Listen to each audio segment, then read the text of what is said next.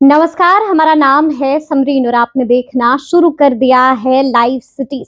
देखिए, एनडीए के भीतर एक फॉर्मूला चलता है और वो फॉर्मूला है सेटिंग गेटिंग गो वाला फॉर्मूला। देखिए, बीते दिन सीनियर जर्नलिस्ट ज्ञानेश्वर जी ने केंद्र मंत्री पशुपति पारस से एक छोटी सी बातचीत की थी और उस इंटरव्यू में आपने भी देखा होगा, आपने भी सुना होगा कि पशुपति पारस ने कई चौंका देने वाले खुलासे किए थे और साफ साफ कह दिया था कि चिराग पासवान एनडीए का हिस्सा नहीं है।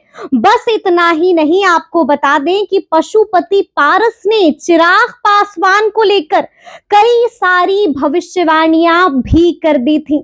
तो आज हम इसी मुद्दे पर सीधी बातचीत करेंगे सीनियर जर्नलिस्ट नवेंदु जी से। सबसे पहले बहुत शुक्रिया बात करने के लिए। स्वागत समरीन जी।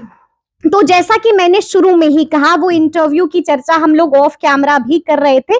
तो सबसे पहले तो हम आपसे ये जानना चाहेंगे कि उसमें जो खुलासे किए हैं पशुपति पारस ने, चौंका देने वाले खुलासे किए हैं, तो सबसे पहले उस खुलासे के बारे में भी जानेंगे। क्या संकेत देने की कोशिश कर रहे हैं पारस जी, उसके बारे में भी जानेंगे और बॉडी लैंग्वेज पर भी बातचीत करेंगे। बिल्कुल। पहले तो लाइव सिटीज को मैं बहुत बधाई दूंगा और ज्ञानेश्वर को खास तौर पर, इसलिए कि एक अच्छा इंटरव्यू मौके पर उन्होंने जो है पशुपति पारस का किया। पशुपति पारस ने जितनी बातें कही है वो सब वाकई जो है इस मौके पर एक कहें कि एनडीए में आग लगाने वाली बातें हैं, आग में घी डालने वाली बातें। और पारस के इस इंटरव्यू में कही हुई बातों का बीजेपी कैंप जो है, जो उनके बॉसेज हैं, वो किस तौर पर लेते हैं, वो भी एक आगे निकलकर सवाल आ सकता है, ये इसका जवाब भी आ सकता है। और साथ ही साथ चिराग जो है वो इसको कैसे लेते हैं। तो ये एक विषय है जो अभी कुछ दिन तक राजनीति में हमको लग रहा है कि आने वाले दिनों में बना रहेगा। और अभी फ्लोर टेस्ट का भी मामला है, तो फ्लोर टेस्ट ने एक ऐसे ही गर्मी पैदा कर रखी है। अब वो गर्मी की वजह जो भी हो, तरह तरह के राजनीतिक आकलन हो रहे हैं, कयासबाजी उसमें ज्यादा है, कोई प्रॉपर फैक्ट्स और फिगर्स नहीं आ रहे हैं कि ये टेंशन बना क्यों है। तो इस टेंशन को और बढ़ा देगा, मुझे लग रहा है कि ये पारस जी का बयान जो है। तो इसमें आप क्या जानना चाहती हैं, बताइए। सबसे पहले तो क्या कुछ मुख्य बातें निकल के आई, क्या संकेत दे रहे हैं पारस जी? कई खुलासे किए हैं। बिल्कुल, कई खुलासे किए हैं। देखिए, एक तो है कि हम लोगों ने, समरीन याद होगा कि हम लोगों ने बातें की थी कि चिराग पासवान को कैसे घेरा जा रहा है।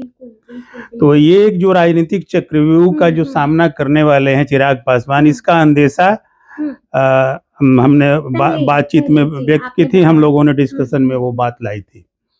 तो उसकी एक जो है ये झलक, एक बानगी जो है वो ये पारस की बातों से ये सामने आ गई, पारस का जो इंटरव्यू हुआ।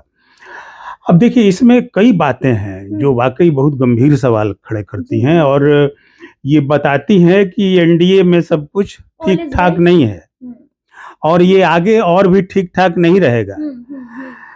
तो पारस बेधड़क बोलने वाले नेता हैं और वो है क्या कि जो कहते हैं ना कि उनको बहुत डिप्लोमेसी नहीं आती है, वो कोई उस तरह से बहुत ज्यादा सधे हुए नेता नहीं है कि जो तुमको है पसंद वही बात करेंगे, ऐसा नहीं वो नहीं है। हाँ, पारस जी के साथ ये नहीं है, इसीलिए वो थोड़ा सा इस मामले में जमीनी किस्म के इंसान है और इसीलिए जो बुझाता है, जो समझते हैं वो बोल देते हैं। तो उन्होंने जो बोला और जिस भाषा में, जिस टोन टेम्परामेंट के साथ बोला, ये भी गौर कीजिए, ये गौर करने वाली बात है कि जिस टोन टेम्परामेंट में वो बोल रहे हैं चिराग को लेकर के। तो हमने क्या कहा था आपके साथ बातचीत में, हमने कहा था ना कि पारस और चिराग में एका हो ही नहीं सकती है।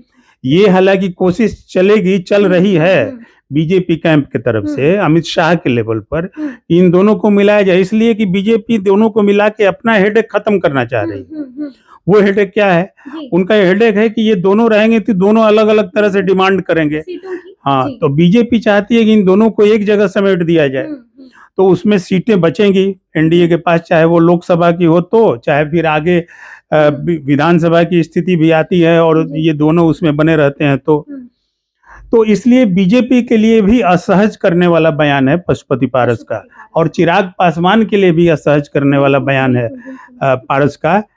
वहीं पर जो महागठबंधन है आरजेडी का, जो मैं समझ रहा हूं, तो वहीं पर आरजेडी कैंप या महागठबंधन के लिए वो आस भरी, उम्मीद भरी और सुकून भरा बयान आपका, सुकून भरा बयान है आरजेडी वालों के लिए, महागठबंधन के लिए। तो मेरी समझ से ये 3 व्याख्या जो है पारस के इस इंटरव्यू का या पारस की बातों का, पारस के बयानों का हो सकता है।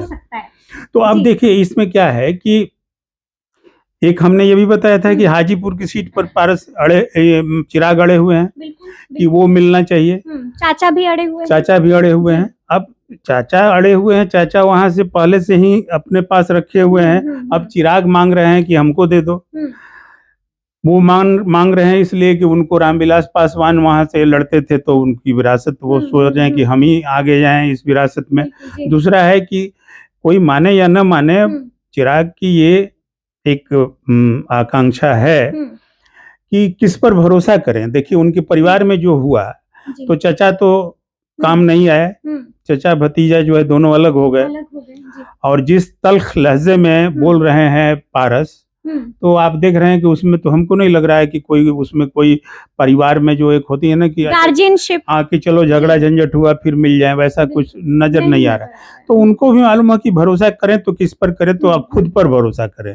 तो चिराग पासवान खुद पर भरोसा करने के लिए वो डॉक्टर रीना पासवान को वो चाहते हैं कि वो अपनी मां को उतारे मैदान में। तो एक सीट एमपी का वहां रहे, एक सीट उनके पास रहेगा, तो 2 तो खाना मजबूत रहेगा। और कुछ नहीं हो तो ये एक व्यक्तिगत बात मैं कह रहा हूं, जो उनकी रणनीति का एक हिस्सा है। तो इसलिए वो हाजीपुर सीट में जितना आसान होगा, तो इसलिए वो चाह रहे हैं कि हाजीपुर सीट मिले, क्योंकि उनकी माँ पेशेवर ढंग से वो पॉलिटिक्स में रही नहीं है, तो उनको सपोर्ट चाहिए। तो वैसे में सपोर्ट एक जो है बनी बनाई जमीन जो है हाजीपुर की, वो उनको सपोर्ट दे सकती है, तो उनको जिता भी सकती है। तो ये एक उनकी वजह है, उनकी गर्ज है कि हाजीपुर हमको मिले। पशुपति पारस का है कि हम तो लड़ते हैं, तो हम क्यों देंगे, उसको नहीं देंगे। फॉर्मूला भी बता दिया है इंडिया के भीतर वाला, सेटिंग गेटिंग गो, वो बार इस बात को बोल रहे हैं। तो ये सेटिंग गेटिंग गो तो एक कहिए कि ये एनडीए के लिए बहुत बड़ी मुश्किल खड़ी हुई होगी, क्योंकि यही सेटिंग गेटिंग गो करके नीतीश कुमार भी आरजेडी छोड़कर आए। उन्होंने कहा कि 17 हम लड़े थे, 16 जीते थे, तो हम 17 तो लड़ेंगे साहब। तो वो भी सेटिंग गेटिंग गो ही कर रहे हैं। तब वो सेटिंग गेटिंग गो हो गया, पारस सेटिंग गेटिंग गो हो गया। तो अब आप सोच लीजिए कि 17 अगर उस हिसाब से, और इनका 6 हो गया पारस का, माने एलजेपी जो अपने कहते हैं कि मैं एलजेपी हूँ, तो 6 सीटें मिली थी उस समय। तो अब तो 17 और 6 आप सोच लीजिए कितना हो गया, 23 सीट तो यही हो गई। अब 23 सीट के बाद बचती है कितनी, 17 सीटें। तो अब 17 सीटें बचती है, तो फिर मांझी कहाँ जाएंगे, उपेंद्र कुशवाहा कहाँ जाएंगे, और बीजेपी कितना लड़ेगी। और फिर एक जो फैक्टर बने हुए हैं जो हमेशा, नहीं, मुकेश सहनी, चिराग पासवान। तो चिराग पासवान कहाँ जाएंगे, और मुकेश सहनी ने तो अब तक पत्ते नहीं खोले हैं। लेकिन मुकेश सहनी का जो ओरिएंटेशन है, उस ओरिएंटेशन में तो वो बीजेपी के साथ पिछली दफा भी वो पीसी में तेजस्वी यादव खंजर भोग के और निकले थे, और उस तरीके से तो उनका ओरिएंटेशन एक बीजेपी के तरफ ही रहता है, और वो हो सकता है कि अंतिम तौर पर संभल जाए, फिर उधर ही चले जाए। लेकिन तो एक मैं उनके पुराने हिस्ट्री सीट को देखते हुए ये बात कह रहा हूँ कि तो ये सारे लोग कहाँ एडजस्ट होंगे। तो ऐसे में फिर बीजेपी कह रही कि बीजेपी के साथ जो घटक हैं वो बीजेपी देखेगी, जेडीयू के साथ जो घटक है जेडीयू देखेगी। तो बीजेपी के घटक में तो भारी भीड़ हो गई है, क्योंकि पारस बीजेपी के घटक, चिराग बीजेपी के घटक। अब जो है मान लीजिए मुकेश आएंगे तो पता नहीं कहाँ जाएंगे, वो भी बीजेपी के घटक हैं, तो पिछली दफा की तरह। तो वैसी स्थिति में उनके यहाँ मारामारी ज्यादा है बीजेपी। तो बीजेपी ये मारामारी बिल्कुल डिसलाइक करते, नहीं चाहेगी, बिल्कुल नहीं चाहेगी, वो नहीं चाहेगी। कोई माथापच्ची एक तो खुद ही उलझा हुआ है मामला, मान लीजिए उसमें और उलझाएंगे अगर इनके घटक दल, तो बीजेपी इस बार इलाज करने के भी मूड में है। और वो इलाज इस तरह पे हमने कहा कि ये इलाज ऐसे होगा कि हर हाल में इन दोनों को एकजुट करना चाहेगी परिवार को, पारस और चिराग को। और इसके लिए ये हाजीपुर सीट ही, जो अभी लग रहा है कि बवाल का विषय बना हुआ है दोनों के बीच, ये हाजीपुर सीट ही शायद दोनों के बीच पारस ने लाख कहा है कि हम क्यों छोड़ेंगे। बिल्कुल। और यहाँ तक कह दिया कि अमित शाह भी चिराग को नहीं देंगे हाजीपुर। हाँ, नहीं देंगे, ये कहा कि नहीं देंगे, ये नहीं कहा कि नहीं दे सकते हैं, मैंने वो डिक्टेट नहीं किया उन्होंने कहा कि ये नहीं देंगे। तो ये उनका भरोसा है, मान लीजिए अमित शाह पर, और संकेत भी दे दिया है, मैसेज दे दिया है नहीं देंगे। लेकिन नहीं देंगे तब चिराग पासवान क्या करेंगे? तो जाहिर तौर पर चिराग पासवान के खाते में समरीन, वो बीजेपी को लेकर के कुछ बहुत अच्छे अनुभव नहीं है, कुछ अच्छी यादें नहीं है, कुछ अच्छा वो क्या बोलते हैं कि संजोने लायक कुछ चीजें नहीं है कि जो वो गुण गा सके बीजेपी के। वो एक तरफा हनुमान कहते रहे। लेकिन मोदी जी के चहेते हैं, कभी मोदी जी गाल छू लेते हैं, कभी नड्डा जी खुद अपने साथ फ्लाइट से लेकर आते हैं, चहेते हैं चिराग। बिल्कुल चहेते हैं, तो चहेते हैं तो वो ठीक है, लेकिन राजनीति में मैं बोल रहा हूँ कि वो चहेतापना वो कहाँ दिख रहा है? बीजेपी और चिराग का जो चहेतापना है तो वो दिखना भी चाहिए ना, उसकी एक राजनीतिक अभिव्यक्ति भी होनी चाहिए। वो अभिव्यक्ति देखिए, मैं पहले भी कहा था, वो कहाँ हुई?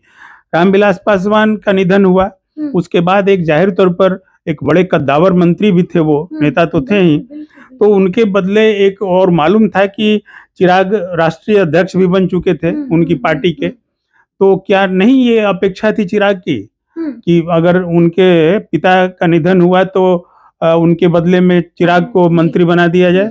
तो कहाँ किया इसने, बीजेपी ने इसको उसने रोक के रखा, डिले किया, और डिले के बाद देखिए फिर पार्टी टूटी। तो दूसरा क्या है कि रामविलास पासवान के बंगले को क्या किया गया, तो उसके बारे में भी कोई बहुत बढ़िया अनुभव तो नहीं है चिराग के पास।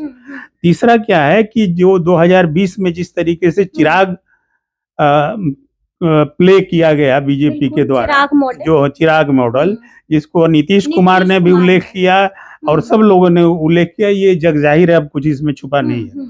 तो उसमें एक कहिए कि एक उनको उस तौर पर लड़ाया गया कि माने कि जिसमें बीजेपी का गेम सधे, चिराग ने वह काम किया भी, जेडीयू का नुकसान पहुंचाया, नीतीश की जो एक क्रेडिबिलिटी थी या फिर कहिए साख थी या फिर उनका जो एक आभा मंडल था उसको भी नुकसान पहुंचाया। तो ये सब किया चिराग ने, उसमें भी क्या मिला? उसमें क्या मिला, कहने का मतलब है कि नीतीश कुमार एक विधायक चिराग पासवान जिता कर लाए भी, वो भी अपने में मिला, तो वो भी अपने में मिला लिया। और कब मिला लिया? ये वो एनडीए में रहते हुए। रोका क्या बीजेपी ने? और दूसरा है कि बीजेपी ने फिर उसके बाद क्या दिया?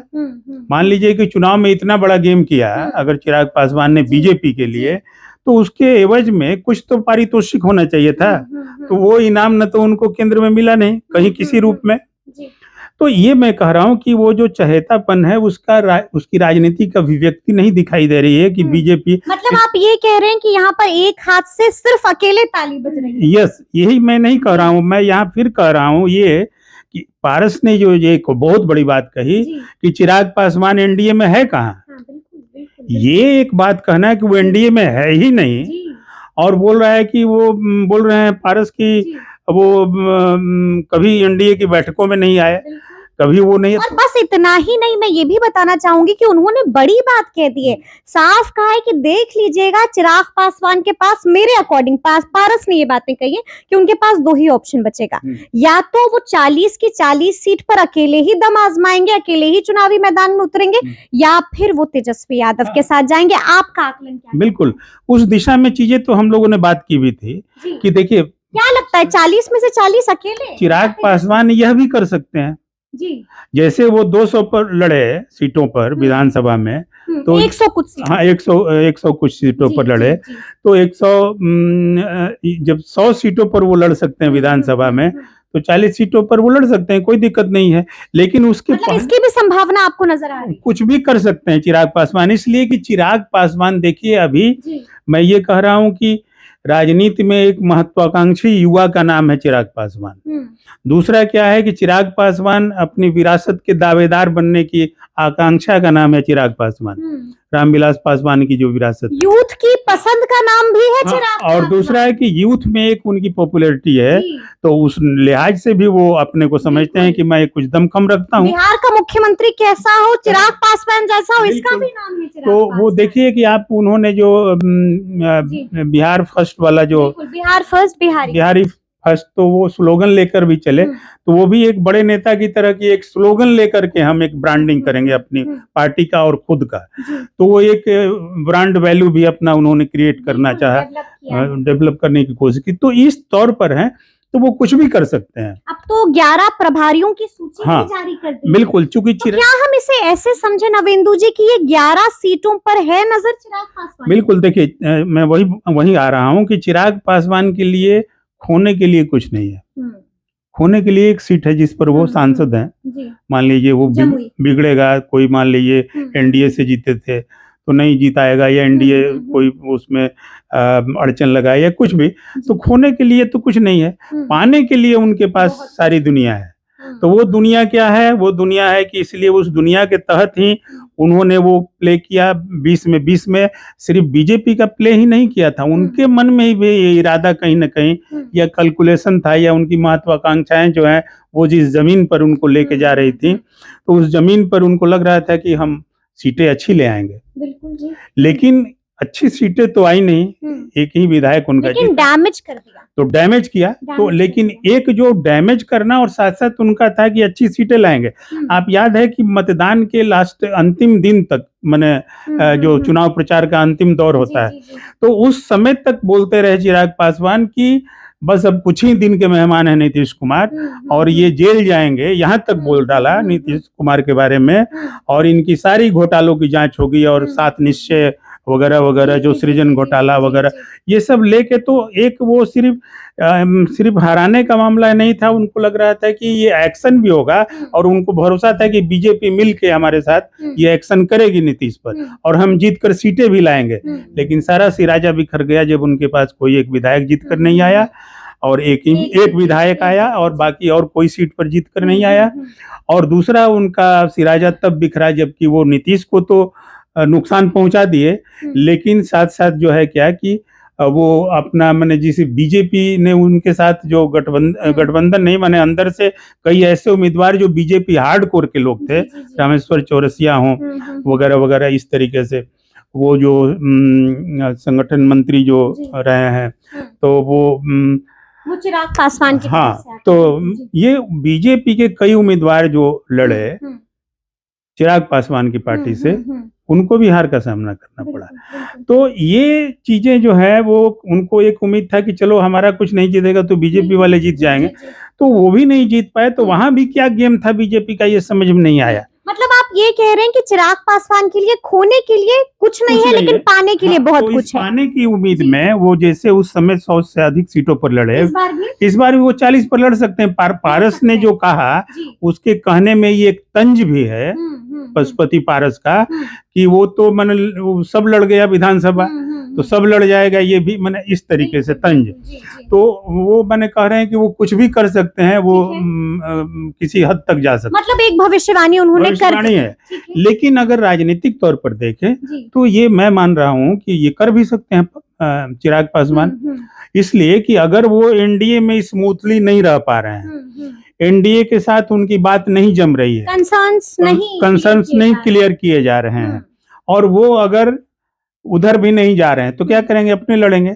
लेकिन मेरा यही मानना है कि ये स्थिति, ये संभावनाएं हैं, लेकिन अभी कोशिश ये हो रही जो सूत्रों के अनुसार, वो जो अंदरूनी सूत्र हैं अंदर खाने में जो राजनीतिक गलियारे से दिल्ली के, तो उसमें है कि हाजीपुर सीट ही जो है ये दोनों को मिलाने का भी एक बिंदु बनेगा, इसलिए कि वो दोनों उस पर दावेदारी कर रहे हैं और इसीलिए दोनों मतलब चिराग भी नहीं छोड़ रहे हैं, पारस भी नहीं छोड़ रहे हैं। और हाँ, तो ऐसे में एक कहीं न कहीं बीजेपी और खासतौर पे अमित शाह की भूमिका एक महत्वपूर्ण होगी। मतलब कि हाजीपुर सीट दोनों का मिलन का केंद्र या मीटिंग पॉइंट बन सकता है और उस मीटिंग पॉइंट के बनने से बीजेपी को फायदा है। तो कहीं न कहीं से वो बीजेपी मनाने की कोशिश करेगी, ये कोशिशें हो भी रही हैं। अंदर। हाँ, लेकिन अब क्या होगा ये कहा नहीं जा सकता है। तो फिर वो आगे की फिर संभावना आती है कि अगर बात नहीं बनी तो फिर वो लड़ेंगे चिराग या फिर पासवान। तेजस्वी के साथ अभी जैसे आपने बताया या जो बात आई कि 11 क्षेत्रों में उन्होंने प्रभारी नियुक्त किया, तो जाहिर तौर पर ये क्लियर कट एक मैसेज है। ये मैसेज जो है एनडीए को भी है, ये मैसेज आगे अगर वो कुछ कहीं और कुछ करते हैं, यानी इंडिया या महागठबंधन की ओर कुछ अगर झुकाव होता है तो वहां भी एक उनका रहेगा कि 11 पर नजर नहीं डालना है, ये मेरे 11 या तो 1 से 11 तो उन्होंने एक स्ट्रेटेजिकली जो है एक प्रोजेक्शन कर दिया अपना। तो देखिए इस तरीके से बारीकी से भी चल रहे हैं। ठीक है, एक आखिरी सवाल है मेरा आपसे कि अगर चिराग पासवान एनडीए का दामन छोड़ते हैं तो फिर एनडीए को कितना नुकसान हो सकता है? चिराग पासवान कितना नुकसान पहुंचा सकते हैं? देखिए एनडीए को बहुत नुकसान होगा। कारण देखिए कि आप वोट परसेंटेज तो उस आधार पर देखें तो ठीक है कि एलजेपी अगर रामविलास पासवान के साथ थी, जब माने रामविलास पासवान थे तो वो अकेला एलजेपी थे। अब उसके बाद ये 2 एलजेपी हो गई, पारस की एलजेपी, चिराग की एसपी। लेकिन इस एलजेपी जो चिराग की एलजेपी है तो आप देखें कि 10% के लगभग जो है हाँ वोट प्रतिशत वो 2020 के चुनाव में लाए, जो उन्होंने जितनी सीटें लड़ी। तो ये वोट, हालांकि आप कह सकते हैं कि इस वोट में बीजेपी का भी सपोर्ट था, लेकिन बीजेपी का अगर सपोर्ट पूरी तरह से रहता ईमानदारी से तो शायद वो गणित में वो सीटें भी उनके पास बड़ी होती, 1 सीट नहीं आई होती। तो इस लिहाज से तो अगर 10% उनका वोट प्रतिशत उस समय अगर आसपास में आ रहा है 10 पॉइंट समथिंग, तो आप समझ लीजिए कि ये साधारण नहीं होता है प्रतिशत, और ये तो बहुत वोटों को इधर से उधर कर सकता है। तो एनडीए के लिए महत्वपूर्ण है, और एनडीए अगर को छोड़कर चिराग जा रहे हैं तो कंपनसेट वो कहाँ से होगा? तो पशुपति पारस से होगा। तो अब उस लिहाज से नुकसान तो निश्चित रूप से हमको लग रहा है कि 40 में से 40 तो कभी हाँ, नहीं। जो उस तरह से अगर आप प्रभाव क्षेत्र आप देखें, जो अभी जैसे 11 सीटों पर प्रभारी जो नियुक्त किए हैं उन्होंने, तो इन 11 सीटों में जो 6 सीटें ऐसी हैं जो चिराग पासवान को लगता है कि यहाँ हम बहुत अच्छा कर सकते हैं। इसीलिए जान लीजिए एक हाजीपुर, एक समस्तीपुर सीट भी है, और समस्तीपुर जहाँ से प्रिंस राज है, उनका वो उनका भाई जो रामचंद्र पासवान का बेटा, तो वो सांसद है, तो वहां भी चिराग का धावा है। बिल्कुल, वहां भी नजर है। बिल्कुल। और एक कहीं न कहीं एक अंदर खाने में ये भी चल रहा है कि जो भतीजों की एक जो है दोस्ती हो जाए, जैसे प्रिंस राज हैं, या फिर मान लीजिए कि पशुपति पारस के बेटे हैं। तो ये एक गेम, ये दूसरे तरह का गेम है, लेकिन प्रिंस राज के साथ एक केमिस्ट्री रही है चिराग पासवान की, और बाकी भाइयों में एकता हो या न हो, लेकिन चिराग पासवान का उनके साथ रहा है, और वो समस्तीपुर सीट पर भी उनकी नजर है। तो वो जो 11 सीट में 5-6 सीटें ऐसी हैं जो कि घनीभूत हैं, मैंने ऐसा मानना है चिराग पासवान का। और जो वहाँ जातीय वोट गणित है, जो सामाजिक समीकरण है, उस लिहाज से भी तो इतना तो नुकसान मतलब पहुंचा ही सकते हैं चिराग पासवान। और अभी 2024 का चुनाव जो 1-1 सीटों का चुनाव है, जो नरेंद्र मोदी के लिए बहुत महत्वपूर्ण, तो नारा भी है ना कि इस बार 400 पार और तीसरी बार भी मोदी, और फिर वो कह रहे हैं, वो नारा लगा रहे हैं, वो नारा इसीलिए लगा रहे हैं कि वैसी स्थिति नहीं है, न 400 पार होने वाली स्थिति है और न 370 पार होने वाली स्थिति है। तो इन कारणों से लगा रहे हैं, तो इसलिए उनके लिए 1-1 सीट महत्वपूर्ण है। आप देखिए कि अगर राम मंदिर बना, बावजूद इसके नीतीश कुमार को तोड़ रहे हैं। झारखंड में मान लीजिए कि जो हलचल हुई, राजनीतिक हलचल, यहाँ आप देख ही रही हैं कि किस तरीके से अभी 12 तारीख को लेकर के अभी हलचल है, पता नहीं क्या होगा, ऊंट किस करवट बैठेगा। तो इन स्थितियों में 1-1 सीट महत्वपूर्ण है। तो उसमें ये अंततः तो नहीं चाहेगा, अमित शाह नहीं चाहेंगे कि वो, या बीजेपी नहीं चाहेगी चिराग कभी भी दामन, हाँ, लेकिन अब एक बात सोचिए कि चिराग के मामले में उनका रिएक्शन नहीं आया अभी तक कुछ पारस के बयान के बाद, जबकि आ जाना चाहिए था किसी प्रवक्ता वगैरह वगैरह के तरफ से भी। तो इसमें जो खबर जानकारी जो मिली है कि चिराग अभी इस पर कुछ नहीं बोलेंगे। बिल्कुल जी। चिराग के तरफ से कि नो कमेंट, नो रिस्पॉन्स, कुछ नहीं। अभी वो नहीं, वो अभी अपनी जगह बनाने के चक्कर में है, वो फिर से उस पारिवारिक झगड़े में नहीं जाना चाहते हैं जिस झगड़े ने उनका राजनीतिक नुकसान किया है। तो एक स्ट्रेटजी अभी चिराग की ये चल रही है, लेकिन साथ साथ पैरेलल में स्ट्रेटजी ये चल रही है कि जो उनको दूर का देख रहा है अंदेशा कि चक्रव्यूह में तो नहीं घिरेंगे, तो उस हिसाब से वो अभी से अपनी रणनीति उस चक्रव्यूह से निकलने के तमाम रास्ते बनाने में भेदने की कोशिश है। तो 11 सीटों पर प्रभारी घोषित किया जाना उसी का हिस्सा है। दूसरा क्या है, मांझी के पक्ष में बयान दिया जाना उसी का हिस्सा है।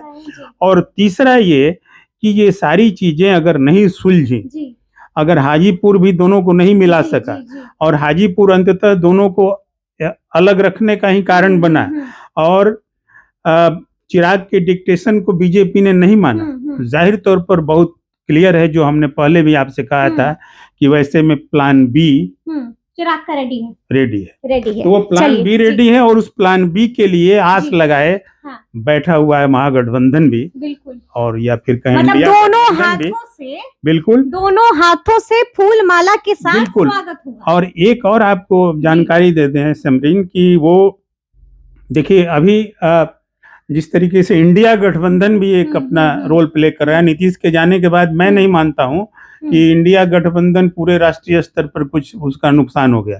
अभी देखिए बिहार में उनकी यात्रा हुई, नीतीश कुमार के हटने के बाद राहुल गांधी की यात्रा, जबरदस्त रिस्पांस मिला है उसको।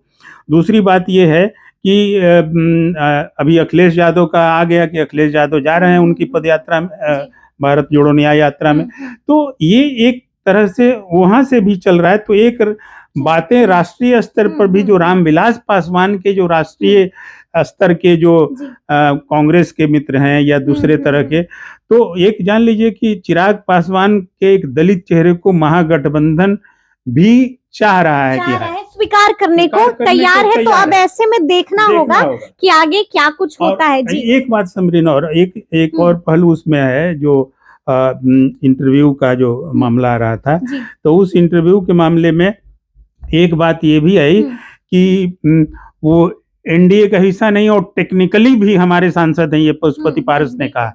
वीणा देवी के बारे में भी क्या कहा, वो कहा कि वो हमारे साथ हैं। तो वीणा देवी का एक बात आपको वाकया बता देते हैं। पिछली दफा जो स्थापना दिवस समारोह पार्टी का हुआ, तो वीणा की कुर्सी लगी हुई थी हाजीपुर में, क्योंकि पारस वहां कर रहे थे, आर्टिकल भी लिखा था हमने।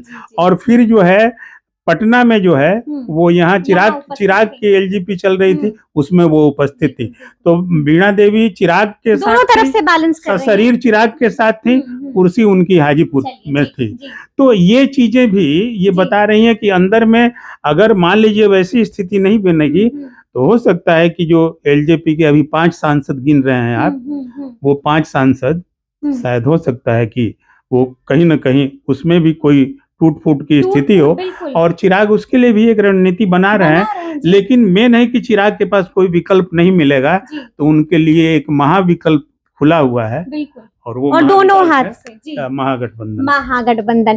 तो सुना आपने क्या कुछ बताया है नवेंदु जी ने, देखिए तफसील से संभावनाएं हैं समरीन, और इसके बारे में कोई आप भविष्यवाणी नहीं और राजनीतिक विश्लेषण करने के लिए भी कोई ठोस आधार, अभी देखिए पूरा जो माहौल चल रहा है उसमें कोई ठोस फिगर फैक्ट के तौर पर नहीं हो रहा है। लेकिन जिस मोड़ पर बिहार की राजनीति खड़ी हो गई है, उस मोड़ पर क्या क्या संभावनाएं हो सकती है, इसको तो देखा ही जा सकता है, और इसी तरीके से हम लोग देखने की कोशिश की। देखिए हमेशा कहा भी जाता है कि राजनीति जो है वो संभावनाओं का खेल है, और हमने भी आपको बताया है कि क्या कुछ दिख रहा है इस वक्त बिहार की राजनीति में। कई सारी संभावनाएं दिख रही हैं जिससे आप कतई इनकार नहीं कर सकते हैं। तो ये पूरी बातचीत आपको कैसी लगी है कमेंट करके हमें जरूर बताइएगा। तो इस तरह के तमाम अपडेट्स के लिए ऐसे ही हमारे साथ बने रहिएगा और देखते रहिएगा लाइव सिटीज। बहुत शुक्रिया।